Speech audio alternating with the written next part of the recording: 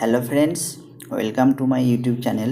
আজকের আমাদের আলোচনার টপিক কাউকে উস্কে দেওয়া। ইংলিশ ওয়ার্ডটি দেখো কি লেখা আছে, প্রভোক। নেক্সট কিছু এক্সাম্পল দেখব। প্রথম এক্সাম্পলটি দেখো কি লেখা আছে, সে আমাকে উস্কে দিয়েছে ফোনটা কেনার জন্য। তাহলে he has provoked me for buying the phone. He has provoked me for buying the phone. Next, সে আমাকে উস্কে দিচ্ছে এই কাজটি করার জন্য।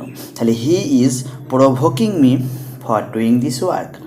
হি is provoking me for doing this work.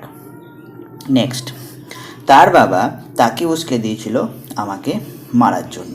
তাহলে his father provoked him for beating me.